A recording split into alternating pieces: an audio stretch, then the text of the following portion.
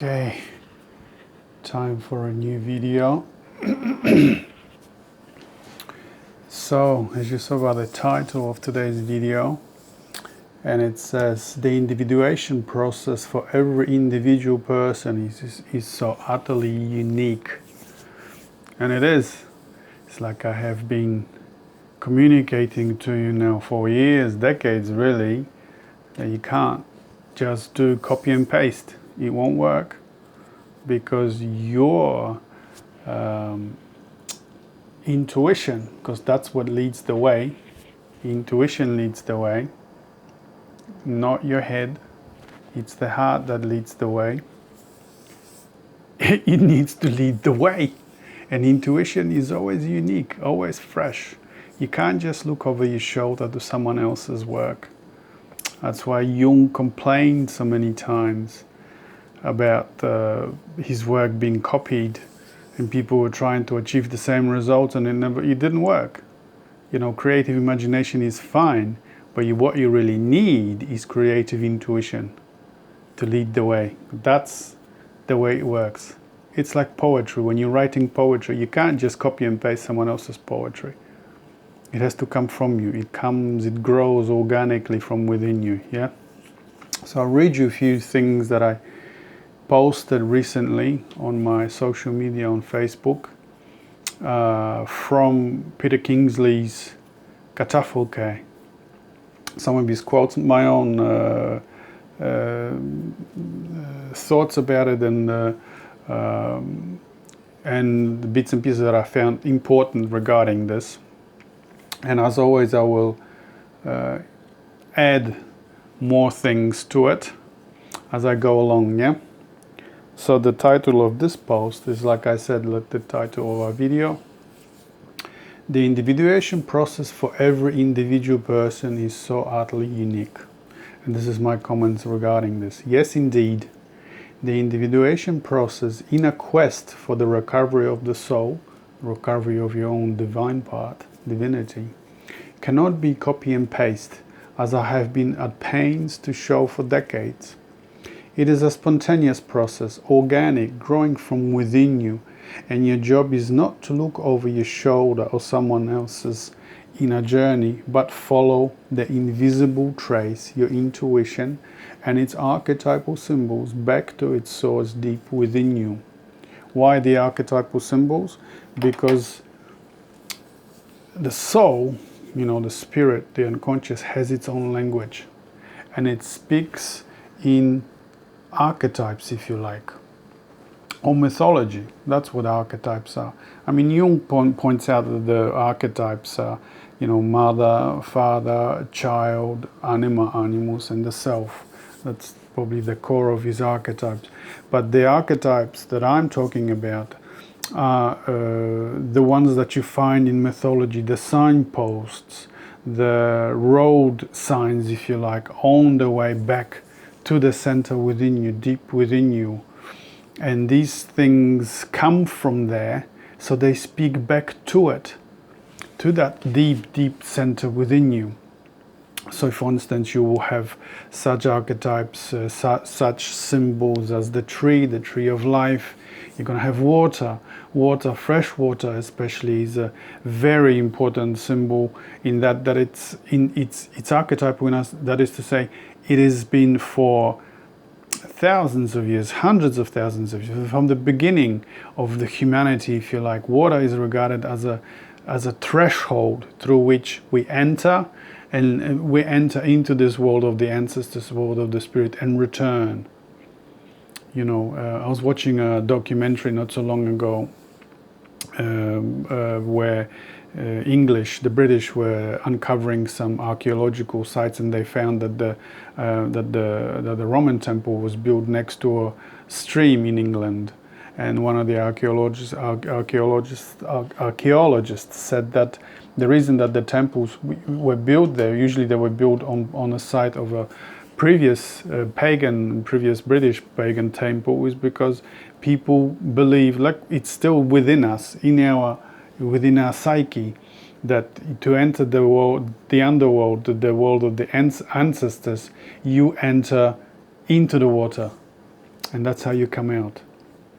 I remember my dream when I was standing on the shore of a river, and then the goddess came along, the Isis, and she grabbed me by my hand and took me underwater into this realm of the spirit and ancestors.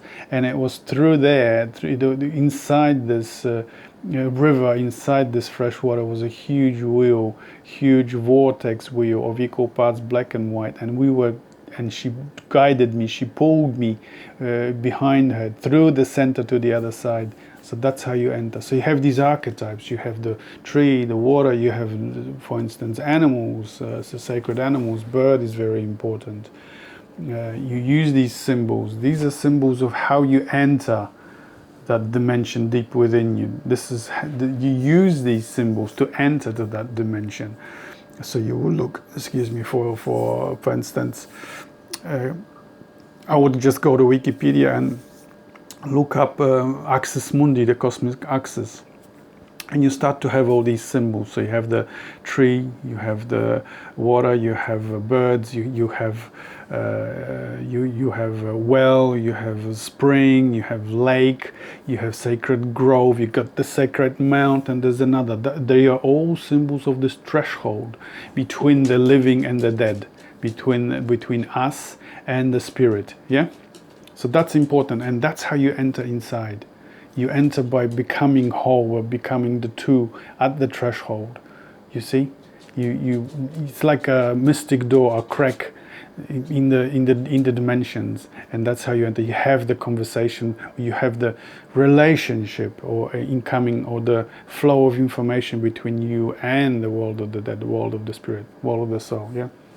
So this is the quote from Peter Kingsley's, and this is I entitled this keeps going in the post. I'll put all the posts in the description of the video. So C.G. Jung on the creation of an institute in Zurich in his name. So my grandfather Carl Gustav Jung founded a home for retarded children. Now I am founding one for retarded adults. You know, Jung was really upset about the fact that his work, you know, it was just copy and pasted, or rather, they wanted to the form like a religion. Jungianism is, you know, becoming like a religion. It's become institutionalized. Difficult for me a word to pronounce. That is to become an institution. So in an institution you have laws, and you have customs, you have regulations, and you have, you know, a certain way, a programmed way to keep the institution alive. And that's what they were trying to do. And he's complaining about this is because the process of individuation, you can't copy it. It has to come, like I said, from within you, spontaneously from within you. Like the woman, like the goddess guiding me through the river, through the vortex, into the underworld, the world of the spirit. You know, I couldn't have read about it. I had to experience it. I had to do it intuitively. You see? So we'll continue with the quote. This is from Peter Kingsley's. That it would become a place for training therapists was the last possible purpose he had in mind. In fact, even the Institute's director stated right from the start that to create a training course for would-be Jungians would be a total absurdity, because the individuation process for every individual person is so utterly unique. Exactly. I couldn't, you know, I've never used what's a creative imagination, I think they call it, or something, or spontaneous imagination, the Jungians. And some claim that, you know, you just need a few hours, a few sessions, creative imagination, and you're there. You're not. I mean, I'm an intuitive, and I did this work. And I can tell you that it takes at least 3 days for you to working 8-10 hours a day. I used to work even more, sometimes 12 hours a day, from morning till night, just following my intuition, using the symbol. This, I would go to Wikipedia, start, for instance, with something like Journey to the West, which is another archetypal image of journeying to the underworld, into the spirit, into your own most inward center, and follow intuitively. Click on links that would follow another link, that would follow another link on the same wavelength, following these clues until I had a dream, a big dream. I would take me, at least when I haven't been doing this for a while, it takes 3 days, at least 3 days, to calm down your head, to get the head out of the way, so the intuition leads the way. Yeah. So I'll read you another quote, another something that I have written, or another. This is actually a quote from Katafoke regarding this. So, whoever hasn't discovered this total inner aloneness is doomed to fail from the very onset in any attempt at understanding Jung. And I added, and a mystic, true shaman, or indeed true poet.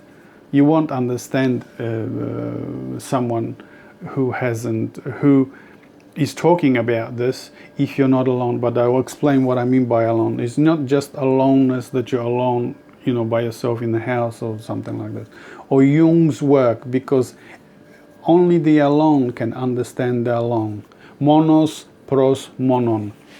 By alone, I mean you need to be also alone, not just alone in person by yourself, living by yourself, but aloneness also means your inner, your psyche, your mind needs to be clear of all the programming, of all the prejudices, the narrative where you have been programmed since you were a child. Your tradition, your religion, the school programming, all this has to be swept away. And then, the head has to get out of the way. The program, the mind, the rational things that you have been told, the laws, rules, regulations that you have been told, that has to become out of the way. Then you're alone. That is to say, your mind is free. And then something will take over, something happens. And then if you need to find a creative way of doing this, of capturing the insights. So like I've shown you so many times, reading, especially mythological books, or like I'm reading now, I'm almost finished, Katafoke, because it deals with these archetypal ideas. So the soul says, oh, I understand this is my language, so it's important to me. And it will start to point out all these little clues along the way. Like the little quotes that I'm sharing with you now. It's saying, for you to understand me, to grab my language, to start the journey, you got to be alone. Not only alone in person, sitting in the room by yourself and doing this work, but your psyche, your mind has to be free, alone from all the programming that it's endured from the time you were born, really. Yeah. So we'll go through another post that I did. This is again from Katafoke.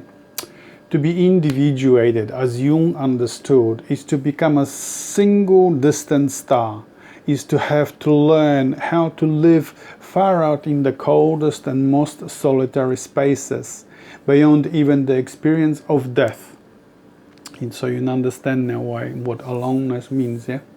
And to fail in this process of individuation, which is also the process of becoming a real human, I'll talk about it in a moment, means being sent to join the swarming masses of the collectively unsatisfied dead. So what does it mean to be mature? To be mature is to be alone. In other words, not just alone in person, like I said, but alone, free of the conceptions, free of the programming that you have suffered in your mind. That is to say, now you have learned to get all your information, insights from within you, from your dreams, from visions, from intuition especially, synchronicities, from writing poetry, perhaps, painting like I did. You don't need to be a professional painter to do what I did, or to do what Jung did, or anybody else. Or you have to be a professional painter or writer. You just have to start, and then something happens. It takes over. It's not going to happen on the first day. If you're lucky, well, if you're quiet enough and you have managed to free yourself from all the unnecessary jibber jabber that you have suffered from of the narrative that you have been, filled with, or you put on you since you were a kid. And then something happens, and then you follow, and then you might need, you need books, lots of books. If you don't want to work with Wikipedia, or you don't want to use the internet, some people prefer books. But and then instead of just, I'll give you an example how this works with books. For instance, you had a dream like I did in a dream. You were standing in the water, and someone comes and says, "Come, and I'll show you your future." That's what happened to me with a goddess that was waiting on the shore to take me to the center, through the center, underwater, into the underworld, to show me what my life will turn out to be like. That is to say, to be a mediator between the world of the living and the world of the dead.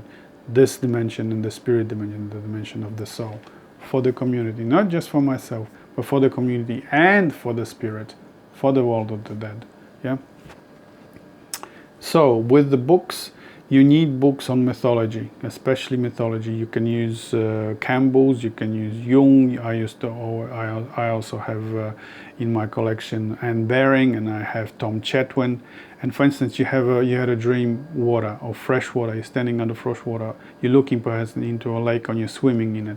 Look up water. Not just read the book from cover to cover. Go to the index and look up water, and then start chasing that inspiration, or that dream, that symbol. And then this will lead to something else that needs to be looked at. Then that would lead to something else, and that would lead to another discovery, a new clue and a new clue. And before you know it, you're on the journey. And the journey is always inward. This is something is speaking from within you that wants you to pay attention, so that when you hook onto this inspiration, when you hook onto this into intuitive revelation, intuitive following intuitively one clue to the next, it will lead you back to its source, where that inspiration, where that symbol is actually coming from. And it's coming from your center, your most inward center. It works exactly the same way through the internet. For instance, using Wikipedia, you might go on water. Don't just go and study the molecules of water, where it forms or how it forms. Look at the religious, the cultural aspect of water, what it means to us, to the psyche, to the human psyche, symbolically, and then follow the clues. And in there will be links to other similar symbols. You follow that. And before you know it, like I said, 3 days. Usually takes about 3 days for you to reconnect with the inner world. If you're calm enough and quiet enough, dedicated enough. If you're not, it will take longer. So that's how. So that's some of you no doubt have perhaps woken up at 3 in the morning and you had a big dream. That's what that means. 3 is a very important number. 3, because you have the 1, 2, and 3 in the middle. It's the middle way between the opposites, if you like. So there's you looking out, there's your eye looking out, there's your eye looking in, and that's the third one that mediates between the two. There's the 3. So the 3 is the symbol of your inner eye, of your intuition that sees both ways. And that's why everything in life is archetypal and symbolic. So that's why, for instance, you might wake up at 3 o'clock in the morning and you had a big dream. That's why it's a 3, because you were connected in the dreams. Not always in the dreams are we connected to that deeper dimension of the spirit, of the soul. But when you wake up at 3 and you had an important dream, it woke you up, emotionally woke you up, then you were. I'll give you. This is probably enough for now for examples. What are we now? 20 minutes. Okay, I'll give you an example of in culture, in society, how this works. For instance, Campbell would read from 8 in the morning for 8 hours. That was his way of reconnecting with the spirit. He didn't really talk much about his experiences. I don't know whether he had any experiences, mystic experiences. But what he had, he was a little table in front of him, his favorite chair. He would take the book. He started off with, he read mythology. And when he was reading, he would underline things that jumped out at him. That was his intuition speaking. And then that's how he got inspired into more work, and then more work, and then more work, reading and writing down. That's how I work as well. I have shown you my books. Let me have a look. This is what I've been reading recently. Peter King's Katafolke. And I'll show you how I work as well. You see? Something jumps at me. See this? Can you see it? And I've underlined it and I made a little comment on the side. That's how Campbell worked. That's how Jung worked. That's how everybody does it. You know, you can use that method. You cannot copy and paste exactly the tools, exactly the means or the ways of working with it. Like, you know, using alchemy, like exactly the same like Jung did, or using Indian mythology, North American Indian mythology like Campbell did, exactly like that. But you can use that mythology to do it your own way. It will happen in your own way. Yeah? So that's a big difference. So that was Campbell. Jung did it, like I said, exactly the same way, but he put another dimension to it, artistic dimension. So he would draw, he would paint, he would sculpt. Even his house, the house that he built on the lake where he did most of his work alone, yeah, was initially, it was built as a symbol of the center. Because if you remember, the first house that he built, the tower, was simply round. So that's another symbol of the center, is the circle. Yeah. For instance, Anne Baring, she also had the similar way of working. You know, she had dreams. That was you know, like for me, that's the first sort of point of contact. And then reading. And she's now 90 odd years old, and she says that she's read out. She doesn't want to read anymore. You know, now she teaches others. She's doing usually on the internet. She's not traveling in person anymore, just too old and it's too difficult. But you know, that's how she did it. She read this and she read that. She read everything she could get her hands on. It wasn't just only mythology. I think she did things like studying with Nassim Haramein or Institute of the Heart and all these things. It was her own way. She didn't copy someone else's. She followed her own way. That's why Campbell repeats all the time. He used to repeat all this time the phrase, follow your own bliss. That's the only way to do it. That's individuation. And what does individuation, the word individuation mean? Individuum. It's from Latin undividedness. So what you're looking for, the process of individuation, is to become undivided, to be one with the other dimension of the spirit, to be with one foot in this life, everyday life, the visible reality, and the other in the invisible. Yeah? And for that you need to activate the feminine. The core of the feminine, like I keep saying now, is intuition. That's her symbols. Her main symbols are the bird, woman, grove, water. These are all symbols of intuition. Tree, the holy tree, you know, the tree of life. We see all the symbols from all the way to Neolithic and even older, Paleolithic, even older than that were the symbols of the vagina, a woman's vagina, out of which life comes and back to which it returns. You see, that's the threshold between the unknown and the known. Cave is a very old symbol of hers. Then, of course, we have got the symbols of the animals, the sacred animals, because the animal lives spontaneously. It doesn't need to read books, it doesn't need to go and check, internet or anything. It's connected to that dimension all the time. That's why animals were reverent. They were one of the very first images of that threshold between the two dimensions. Yeah. Anyway, so that's what I wanted to talk to you about today. This process of individuation, which cannot be copy and pasted, is so important. Just start and see what happens. Start and see what happens. Dedicate some time in everyday life. The people that I work with, I always say, dedicate an hour or two and see what happens. Inspiration will come. It always comes, but you got to be ready for it. You got to catch it as well. So carrying a notepad and pen is important. These days you can just, talk into your phone, dictate when things happen, when things occur to you. I used to carry before in the 90s and so on, I used to carry a notepad and pencil with me. Always. I have heaps of them left over now. Little notepad. I used to call it the things that occur to me. Yeah, that's how I started. That's just the little things, simple things. The simplest way now is to grab your smartphone and if something occurs to you, don't let it go. The spontaneous thought, and talk to your phone, and then you will have all these things that you caught. The more you catch, the more your intuition opens, the more you receive, the more instructions and the more information you will receive, the closer you are to the center. And then one day you might have a dream that you're there, you've arrived, and you see something is being revealed to you. What you really are, what the whole world really is. You're divine, and everything else is divine. The image of the deity at the center, this is the temple.